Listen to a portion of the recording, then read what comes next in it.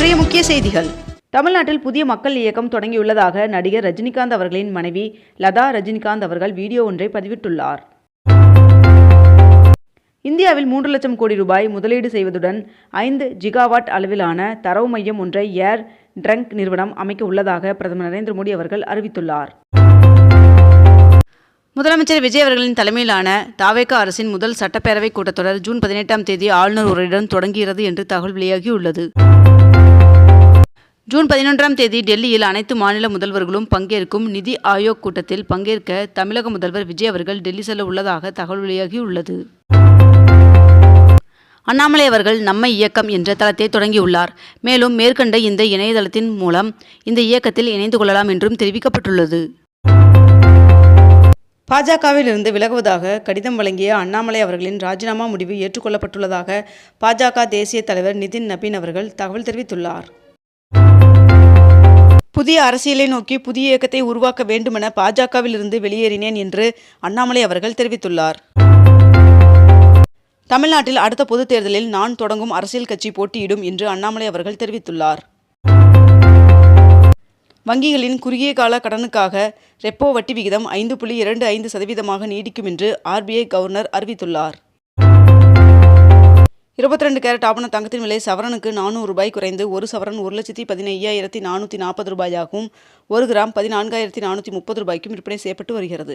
இதனைத் தொடர்ந்து 1 கிராம் வெள்ளியின் விலை கிராமிற்கு 5 ரூபாய் குறைந்து 1 கிராம் வெள்ளி 280 ரூபாய்க்கு விற்பனை செய்யப்பட்டு வருகிறது. மாநிலங்களவை இடைத்தேர்தலில் காங்கிரஸ் வேட்பாளராக பிரவீன் சக்கரவர்த்தி அவர்கள் அறிவிக்கப்பட்டுள்ளார். முதலமைச்சர் விஜய் அவர்களின் தலைமையில் முதல் அமைச்சரவைக் கூட்டம் தொடங்கி நடைபெற்றது. புதுச்சேரியில் குடும்ப தலைவிகளுக்கு மாதம் வழங்கப்படும் உதவித்தொகையை 2,500 ரூபாயாக உயர்த்தி வழங்க ஆளுநர் ஒப்புதல் வழங்கியுள்ளார் என்று தகவல் வெளியாகியுள்ளது. இந்தியா கூட்டணி ஆலோசனைக் கூட்டத்தில் பங்கேற்க மாட்டோம் என்று திமுக அறிவித்துள்ளது. 18,600 கோடி ரூபாய் முதலீட்டில் 8,200 நபர்களுக்கு உறுதியளிக்கப்பட்ட வேலைவாய்ப்பு வழங்கும் வகையில் தமிழ்நாட்டில் L&T நிறுவனம் 3 திட்டங்கள் மேற்கொள்வதற்கு முதல்வர் விஜய் அவர்களின் முன்னிலையில் புரிந்துணர்வு ஒப்பந்தம் மேற்கொள்ளப்பட்டது. தமிழகத்தில் இன்று நீலகிரி, கோவை, திருப்பூர், தேனி, தென்காசி, திருநெல்வேலி, கன்னியாகுமரி, திண்டுக்கல், தூத்துக்குடி, விருதுநகர், ஈரோடு, சேலம், நாமக்கல், திருச்சி, அரியலூர், பெரம்பலூர், கள்ளக்குறிச்சி, கரூர், சிவகங்கை, மதுரை, மயிலாடுதுறை ஆகிய மாவட்டங்கள் மற்றும் காரைக்கால் பகுதியில் ஒரு சில இடங்களில் மழை பெய்ய வாய்ப்புள்ளதாக வானிலை மையம் தகவல் தெரிவித்துள்ளது. ரஷ்யாவின் செயின்ட் பீட்டர்ஸ்பர்க் நகரின் மீது உக்ரைன் நேற்று மிகப்பெரிய ட்ரோன் தாக்குதலை நடத்தியுள்ளது. ஈரான் மீது அமெரிக்க தாக்குதல் எதிரொலியின் காரணமாக இந்தியாவில் கேஸ் சிலிண்டரின் பயன்பாடு 19% சரிவை கண்டுள்ளதாக தகவல் வெளியாகியுள்ளது. காலை உணவு திட்டத்தின் ஒப்பந்தம் முடிந்த நிலையில் மேலும் 3 மாதம் ஒப்பந்தத்தை நீட்டித்து தமிழ்நாடு அரசு உத்தரவிட்டுள்ளது. IPS அதிகாரிகள் 7 பேரை பணியிட மாற்றம் செய்து தமிழ்நாடு அரசு உத்தரவிட்டுள்ளது. சட்டவிரோதமாக கனிம வளங்கள் கடத்தப்படுவதை தடுக்க நடவடிக்கை எடுக்க வேண்டும் என்று அதிகாரிகளுக்கு முதல்வர் விஜய் அவர்கள் அறிவுறுத்தியுள்ளார். ருத்ரா M2 ஏவுகணை சோதனை வெற்றிகரமாக முடிவடைந்துள்ளது. போலி 500 ரூபாய் நோட்டுகளின் எண்ணிக்கை 20% அதிகரித்துள்ளதாக ரிசர்வ் வங்கி தகவல் தெரிவித்துள்ளது. விடைத்தாள் சரிபார்ப்பு மற்றும் மறு மதிப்பீட்டிற்கான பிரத்யோக இணையதள வசதியை பயன்படுத்தி 44,000 மாணவர்கள் எந்த சிக்கலும் இன்றி மறு மதிப்பீட்டு விண்ணப்பத்தை நிறைவு செய்திருப்பதாக CBSE தெரிவித்துள்ளது. மேற்கு வங்கத்தில் மகளிருக்கு மாதம் 3,000 ரூபாய் வழங்கும் திட்டம் தொடங்கப்பட்டுள்ளது. மே மாதத்தில் ஏழுமலையான் சுவாமி கோவிலில் 1,21,00,000 லட்டு விற்பனை செய்யப்பட்டுள்ளதாக தகவல் தெரிவிக்கப்பட்டுள்ளது. மேற்கு வங்க தொடக்கப்பள்ளி ஆட்சேர்ப்பு முறைகேடுகள் வழக்கு தொடர்பாக திரிணாமுல் காங்கிரஸ் MPயும் முன்னாள் முதல்வருமான மம்தா அவர்களின் மருமகன் அபிஷேக் பானர்ஜி அவர்கள் ஜூன் 15ஆம் தேதியன்று விசாரணைக்கு ஆஜராகுமாறு சம்மன் அனுப்பப்பட்டுள்ளது. இந்தியா உட்பட 59 நாடுகள் மீது புதிய வரிகளை விதிக்க அமெரிக்கா திட்டமிட்டுள்ளதாக தகவல் வெளியாகியுள்ளது. சட்டத்துறையின் முதல் பெண் செயலாளராக சுமதி அவர்களை நியமித்து தமிழ்நாடு அரசு உத்தரவிட்டுள்ளது. ஜியோ ஹாட்ஸ்டார் இந்தியா முழுவதும் 75க்கும் மேற்பட்ட செயற்கை நுண்ணறிவு நிபுணர்களை பணியமர்த்தும் திட்டத்துடன் தனது செயற்கை நுண்ணறிவு திறன்களை பெருமளவில் விரிவுபடுத்துவதாக அறிவித்துள்ளது. சென்னை மெட்ரோ சார்பில் கிண்டியில் பன்முக போக்குவரத்து மையம் அமைப்பதற்கான ஒப்பந்தம் கையெழுத்தானது. 2026ஆம் ஆண்டில் $2 பில்லியன் மதிப்பிலான இராணுவ ட்ரோன்களை இந்தியா வாங்க உள்ளதாக தகவல் வெளியாகியுள்ளது.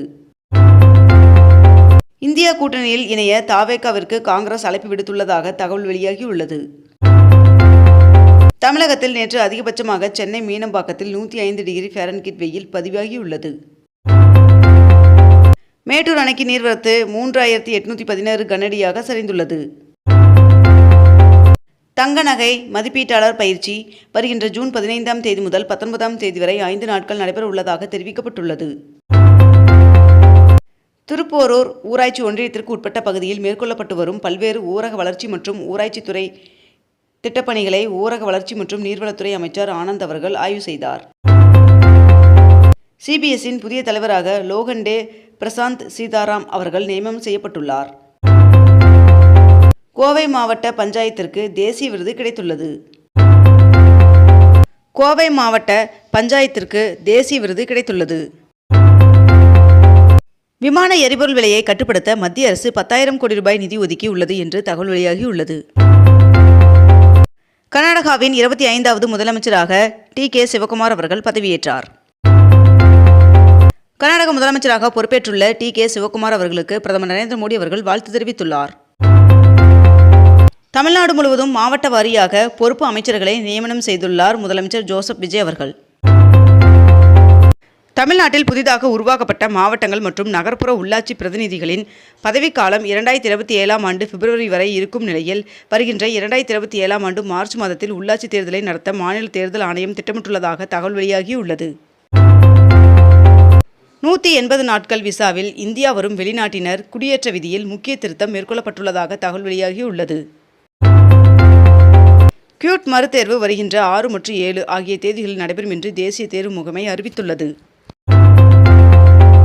தமிழக முதல்வர் விஜய் அவர்கள் மற்றும் மத்திய ஜல்சக்தி துறை அமைச்சர் C.R. பாட்டீல் ஆகியோர் முன்னிலையில் ஜல் ஜீவன் மிஷன் 2.0 செயல்படுத்துவதற்காக தமிழக அரசிற்கும் மத்திய அரசிற்கும் இடையே புரிந்துணர்வு ஒப்பந்தம் கையெழுத்திடப்பட்டுள்ளது. உள்ளாட்சி அமைப்புகளில் 11 மாவட்ட ஊராட்சிகள் 40 ஊராட்சி ஒன்றியங்களின் வார்டு மறுவரையறை குறித்து தேர்தல் ஆணையம் ஆலோசனை செய்ய முடிவெடுத்துள்ளதாக தகவல் வெளியாகியுள்ளது. பாஜக முன்னாள் மாநில தலைவர் அண்ணாமலை அவர்கள் அந்த கட்சியிலிருந்து விலகுவதாக 5 பக்கங்கள் கொண்ட ராஜினாமா கடிதத்தை பாஜக தேசிய தலைவரிடம் கொடுத்துள்ளார் என்று தகவல் வெளியாகியுள்ளது. தமிழகத்தில் குட்கா, பான் மசாலா மற்றும் மெல்லும் புகையிலை பொருட்களுக்கு விதிக்கப்பட்ட தடை மேலும் ஓராண்டிற்கு நீட்டிக்கப்பட்டு அரசாணை வெளியிடப்பட்டுள்ளது. இத்துடன் இன்றைய தலைப்புச் செய்திகள் நிறைவடைந்தன. மேலும் இதுபோன்ற அண்மை தகவல்களை உடனுக்குடன் தெரிந்து கொள்ள அக்னிபூ சேனலை சப்ஸ்கிரைப் செய்து கொண்டு தொடர்ந்து இணைந்திருங்கள். நன்றி, வணக்கம்.